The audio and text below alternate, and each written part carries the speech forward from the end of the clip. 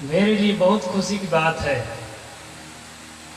कि आप लोग कल भी और आज भी बहुत ही धैर्य के साथ, शांति के साथ सब मेरी ओर देखते रहे और सुनते रहे। अचरज की बात इसलिए है कि मैं कोई वक्ता नहीं हूँ। मैं भाषण प्रवचन का काम साल में 2-4 बार से ज़्यादा नहीं करता। बाकी दिन में मंचों पर पढ़ाया नहीं रहता, क्योंकि मैं दर्शन शास्त्र का स्टूडेंट भी नहीं रहा हूँ, मैं बायोलॉजी का स्टूडेंट रहा हूँ। तो उसका थोड़ा नॉलेज है, लेकिन इस चीज़ का नॉलेज नहीं है जिसको मैं बैठ करके बोल रहा हूँ। अभी साध्वी जी के भजन और साहित्य की उस पर थोड़ी सी जो टिप्पणी रही है कि कारण और कार्य, इसी पर मैं थोड़ी चर्चा करूंगा। और साइंटिफिक टेम्परामेंट के तहत, क्योंकि हमारा विज्ञान भी इस बात को मानता है कि कुछ कारण होता है, उसके पीछे कार्य होता है। ये बहुत जरूरी है, जरूरी समझ के। मैं मनोरंजक बिल्कुल नहीं हूं, मैं आपके मन को बिल्कुल रिझा नहीं सकता। एक जरूरी टॉपिक समझ कर इसको समझेंगे, क्योंकि इस इलाके के लिए बहुत जरूरी है, सबसे जरूरी। इस इलाके की सबसे बड़ी बीमारी साइकोलॉजिकल है, और उसी के एक कारण कार्य की व्यवस्था को समझना बहुत जरूरी है। कुछ भी होता है जीवन में, या हमारे सामने कोई घटना घटती है, कोई इंसिडेंट होता है, उसके पीछे बैकग्राउंड में कुछ कारण होता है, और कारण को हम जब नहीं समझ पाते हैं तो क्या होता है, चमत्कार होता है। एक सिस्टम है, इंडिया के कई जगह उसके केंद्र खुले हुए हैं, और केंद्र में एक व्यक्ति रहा करता है। एक ही जगह नहीं है, एक जगह ज्यादा प्रसिद्ध है, उसको सब जानते हैं, महोबा वाले को, लेकिन कई जगह है वैसे केंद्र। उसमें क्या करते हैं, टीम वर्किंग होता है। टीम वर्किंग मतलब पहले आदमियों को टीम बनाते हैं, टीम बना करके जो है क्या करते हैं कि आपके डाटा खंगालते हैं, और हजारों को भीड़ इकट्ठा करने के बाद 8-10 लोगों की पर्ची निकालेगी। एक दिन में 5 या 6 लोगों से ज्यादा बहुत निकालेगा तो 10 आदमी से ज्यादा पर्ची नहीं निकालेगा, और आपको सब कुछ बता देगा पर्ची में। आपको चमत्कार लगता है। चमत्कार इसलिए लगता है कि आप केवल कार्य को देख रहे हैं, उसके कारण को अगर खंगाल के देखेंगे। हम लोग इन्वेस्टिगेशन करते हैं, किसी चीज को बारीकी से जांच पड़ताल करते हैं कि ऐसा हुआ कैसे। एक आम आदमी के लिए जो चीज संभव नहीं है, वो इसके लिए कैसे संभव है। आप लोग जो मेजोरिटी में, आप लोगों की मेंटालिटी ये है कि इसके पीछे किसी न किसी सुप्रीम पावर, अदृश्य शक्ति के हाथ है, जिसके कारण ये सब संभव है। ये आप लोगों की दृष्टि है। हम लोगों की दृष्टि क्या है, हम लोगों की दृष्टि है खोज। ये हुआ कैसे? जब तक खोज को नहीं समझेंगे, उसके कारणों को नहीं समझेंगे।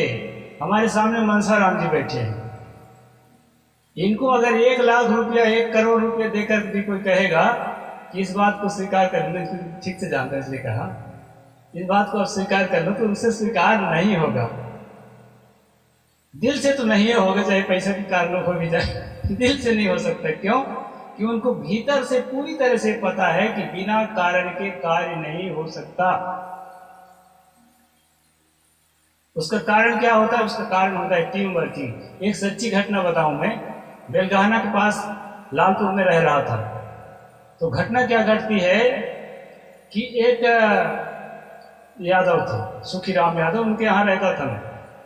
उस टाइम पर कोई आश्रम में नहीं रहता था मैं, कभी किसी भगत के यहाँ कुछ दिन रहा, कभी किसी के यहाँ, ऐसा चलता था। तो उनके यहाँ रह रहा था मैं, 4-5 दिन रहा। वो अपनी सारी बात, सारी व्यथा बता डाली, और सारी व्यथा बताने के बाद फिर मैं वहां से चला गया। 1 साल बाद जब मैं वहां गया, तो जो व्यथा उसने बताई, उससे मिलती जुलती कुछ बातें उसके जीवन के घटना के संबंध में मैं बताने लगा। क्योंकि हम लोगों का दिमाग जो है थोड़ी तेज होता है आम आदमी से, बहुत सारी चीज़ों को दिमाग में रखे रहते हैं। अब उस बेचारे को कुछ भी पता नहीं था। कभी कभी क्या होता है, मैं ना बता करके मेरे कोई साथी जाके बताएगा। डाटा हम आपसे ही कलेक्ट करते हैं, चाहे हम टीम वर्किंग के द्वारा करें चाहे जैसे करें। बहुत भीड़ है ना। मैं जब जा रहा था झांसी से महोबा, प्रोग्राम देना था। कभी कभी लगता है मेरा प्रोग्राम एकदम सुन तो नहीं है, तो झांसी से महोबा जा रहा था तो कहे कि आप भी पर्ची बनवाने जा रहे हैं महाराज की, उसी रोड से सब जाते हैं। तो मैं कहा भाई मैं पर्ची बनाने तो नहीं जाता और नहीं सर विश्वास में मैं पढ़ता नहीं।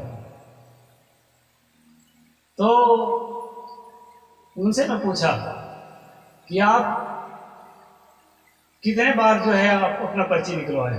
तो किसी को 2 साल हो गया था, किसी को 3 साल हो गया था, पेशी दौड़ते दौड़ते। महाराज जी हमारा नंबर ही नहीं लगा है अभी। बात समझ रहे हैं? नंबर जिसका डाटा जब तक उस व्यक्ति तक नहीं पहुंच जाता तब तक उसका नंबर नहीं लगता। हजारों लोगों में आपको पता नहीं चलता। नंबर तो लगेगा, किसी का नहीं भी लगेगा।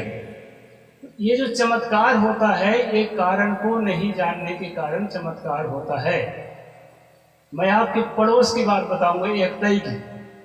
किसी को बुरा लगे तो क्षमा करें भाई, क्योंकि मैं फील्ड में काम करने वाला आदमी हूँ, मंच में काम करने वाला आदमी हूँ। पहले निवेदन कर दिया। अक्तई में एक दाऊ जी थे, मेरे 2-3 साल पहले गुजर गए। 150 एकड़ के उनका कारोबार है। कई साल लग गए उनको भवन बनाने में, कई साल लग गए भवन बनाने में, क्योंकि वो जो वास्तु शास्त्री थे वो क्या करते थे, 1-2 फीट बनवाने के बाद फिर उसका लगन मुहूर्त देखते थे। और उनके घर जब मैं जाता था, ये भक्तों के घर जाऊंगा तो 150 दे के बंद के कर लेते हैं, कुछ ज्यादा हो तो 500 का नोट दे देगा। तो 1100 कम नोट नहीं, भगत नहीं थे, इतना प्रेम हो गया था उनका मेरा कि 1100 घर के बंद की करते थे मुझे। और कई बार कर दिया। उनकी बेटा बहू अगर यहाँ होंगे फिर उनको मालूम होगा। बात सच है। मतलब पैसा भी मुझे खूब देते थे, लेकिन मेरी बात उन्होंने कभी नहीं मानी। हाँ हाँ कहे। मैं कई बार कहा कि ये वस्तुशास्त्र 100% झूठ है, 100%, 99% नहीं। मैं शास्त्रों को पढ़ता हूँ, भले मैं साइंस का स्टूडेंट हूँ, अब साधु हो गए हूँ, शास्त्रों को पढ़ता हूँ।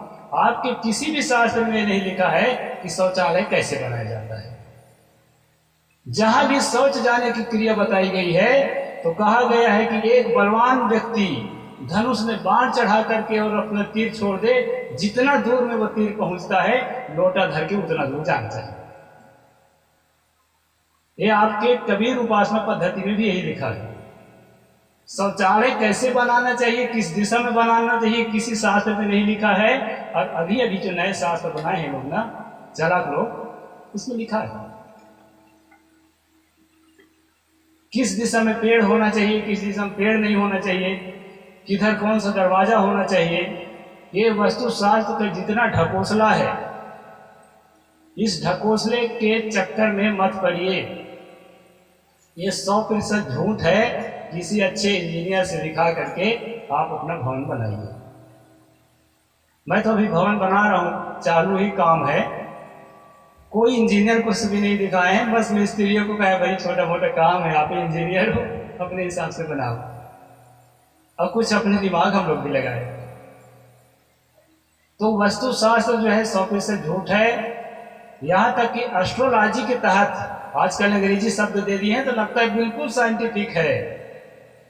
एस्ट्रोलॉजी 100% झूठ है।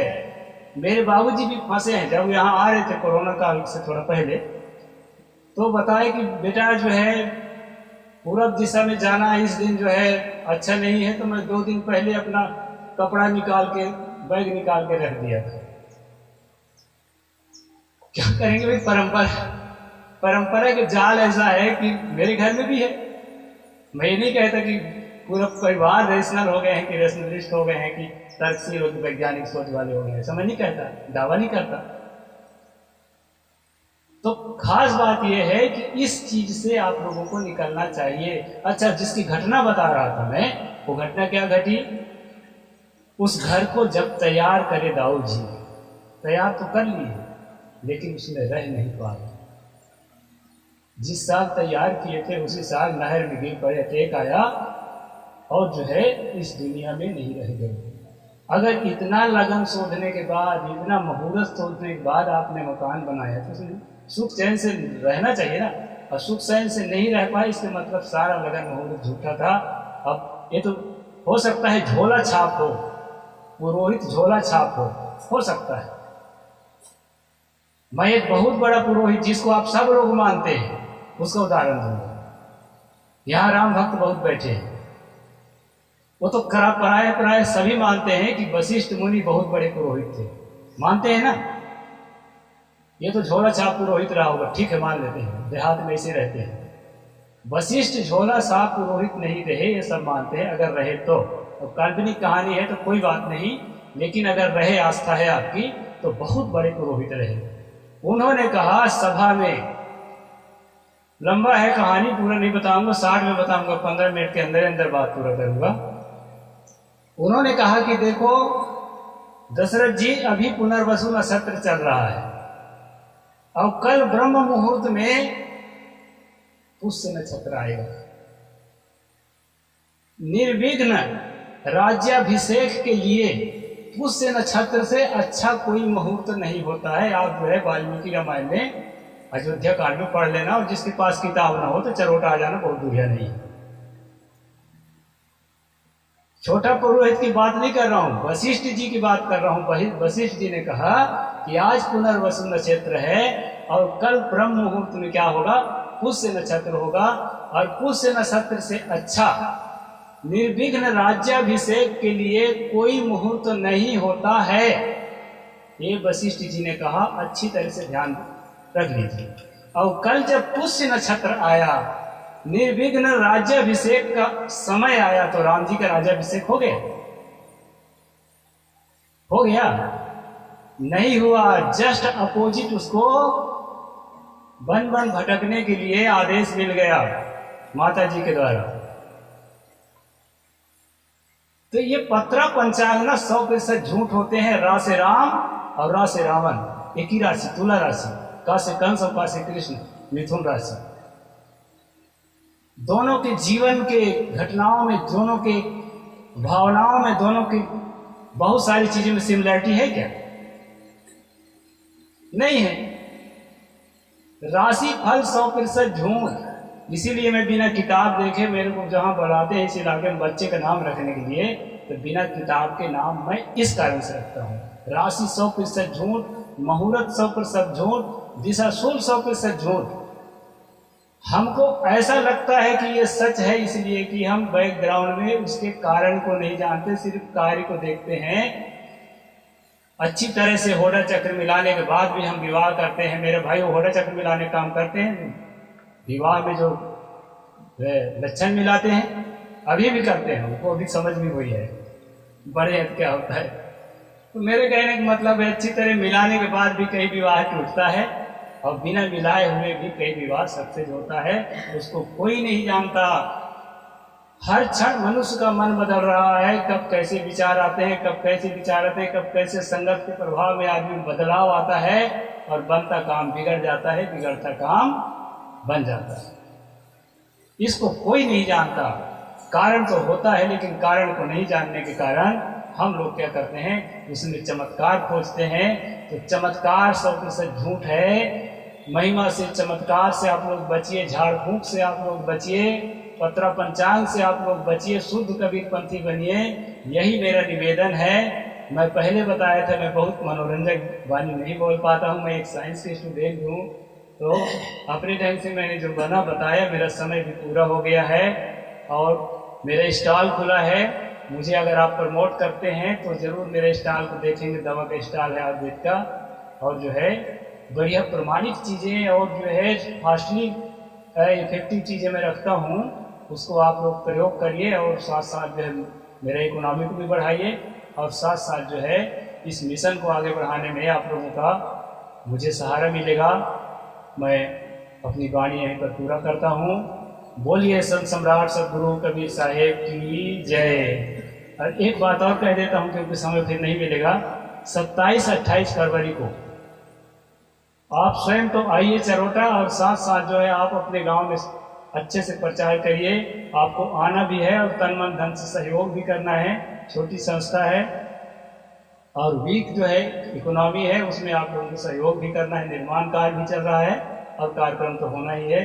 पूज्य सनाथ साहिब जी रीवा से आएंगे 27-28 फरवरी को चरोटा में। आप लोग सब जरूर आइए। साहिब